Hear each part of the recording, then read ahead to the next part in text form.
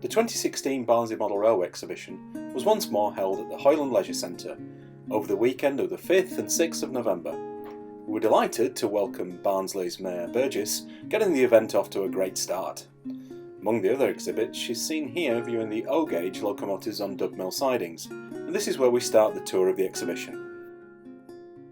Dub Mill sidings is a 7mm scale O-gauge layout and is presented by Steve Thompson and family. The layout measures approximately 40 feet in length and depicts a fictional, non-passenger part of the railway system somewhere in the northwestern corner of Cumbria during the late 1960s and early 70s. Haymarket Cross, a double O-gauge layout presented by Ian Harper and the Scarborough and District Railway modellers, is historically accurate, portraying a busy East Coast mainline steam shed around 1961.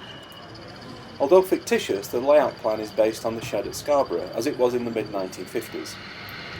We were very glad to host this layout as this was its last appearance before being broken up and sold on. We hear that Ian is soon to be starting work on a new O-gauge DCC layout, something to look forward to no doubt.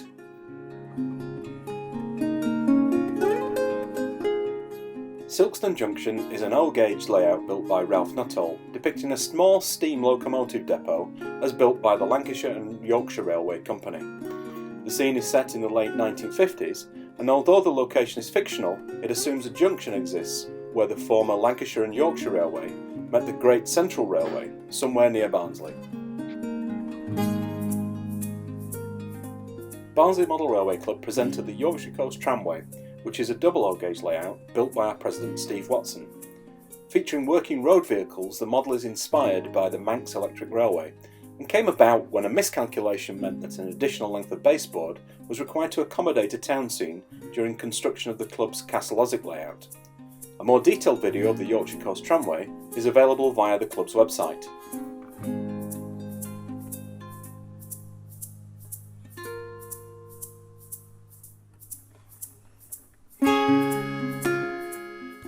One of my personal favourites was Redwood Lumber, presented in ON30 gauge by Charles Oldroyd of the Keighley Model Railway Club. Set on a hot summer day in the 1940s, the Redwood Logging Company can be seen continuing its operations to fell timber in the high country and bring it down to the coastal sawmill to be processed into lumber. The site is located by a creek, but it's no longer navigable by ships, and so the finished lumber has to be transported by rail to the nearest port. Consequently, there is constant activity as the lumber companies Shays and Climax bring tree trunks into the camp and take stacked planks away.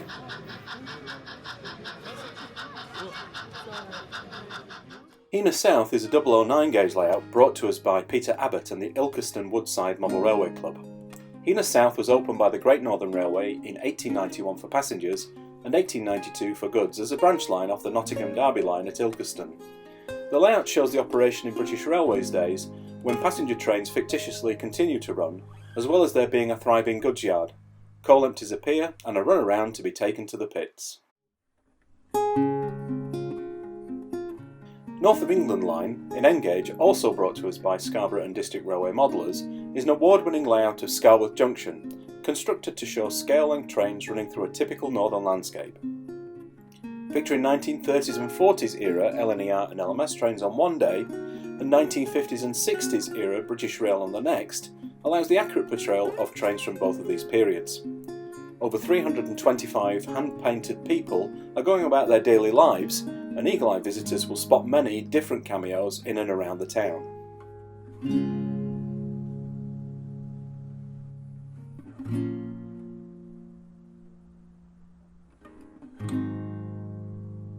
The live steam exhibits in O and 009 gauge brought to us by Brian Caton have to be some of the most distinctive and intricate examples of model engineering. In Brian's words, I decided to develop a design for a reliable live steam locomotive to run on 9mm gauge. However, the physics of persuading a spirit flame to burn in a very confined space caused me to adopt a 4mm 009 scale as a basis for this locomotive. The locomotives are methylated spirit fired and driven by a small piston valve engine in the cab. The boilers, which are superheated, hold 1¼ millilitres of water and give the locomotive a run of about 7 minutes, a distance of about 190 feet. And while I'm talking about 009 gauge, these layouts show what can be accomplished in a very small space, presented here by the Whitehead brothers.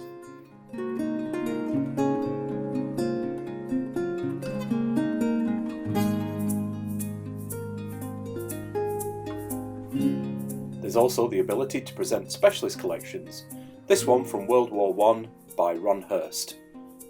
Incidentally, in 2018, our exhibition will be majoring on layouts representing wartime, as it will be taking place on the centenary of Armistice Day. And speaking of future exhibitions, next year we'll be back at Hoyland Leisure Centre on the 4th and 5th of November. Returning to the larger layouts, Victoria Road is in 00 gauge, presented by Bradford Model Railway Club. This is the club's latest large exhibition layout, based around Saltaire Station and the Mill, representing a section of the ex-Midland Line north of Leeds and Bradford, heading towards the famous Settle and Carlisle Railway. Many of the buildings and scenery are modelled on those at Saltaire, but because of the constraints of size and space, the layout has been renamed after the road which crosses the line between the station and the mill.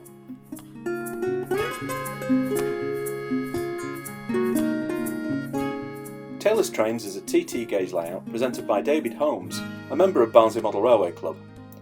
TT gauge products had a relatively short commercial run, and this layout has been made to give visitors a rare opportunity to view the modelling products that were available and to see the stock in action.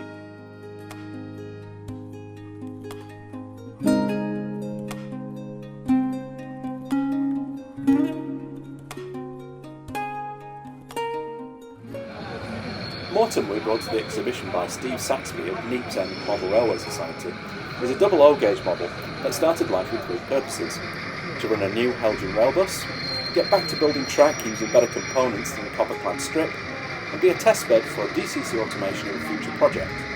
What you see is developed from the original test track into a completed layout, perhaps better described as an operating diorama.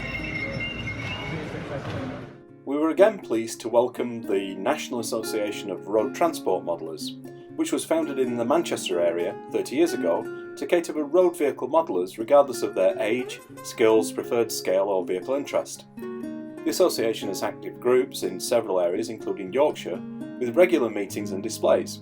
For further information, search for their details online. Lastly, this is King's Audrey, which is a small 00 gauge layout built by members of the Barnsley Club, originally intended to run Thomas stock. It's been adapted to allow operation by non-members and to be a promotional feature at community events, where the whole layout can be run in the middle of a field on batteries if necessary, with full DCC sound operation using smartphones as controllers.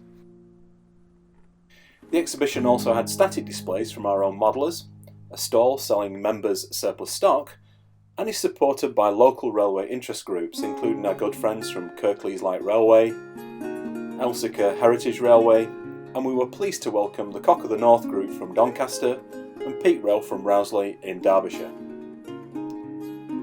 The excellent selection of traders at the exhibition meant that once visitors' appetites were whetted, they could add to their collections, buy that must-have tool, or even start out their railway modelling journey with their very first purchase of a complete train set. On behalf of Barnsley Model Railway Club, I want to express our appreciation to all the modellers, groups and traders that supported us this year, and a special thanks to everyone that visited. Thank you also to Hazy Films for production of this video. We'll be back next year, 2017, on the weekend of the 4th and 5th of November, and full details can be found on our website at barnsley.mrc.org.uk. Thanks for watching, and please check our website for details of the club and our exhibition layouts.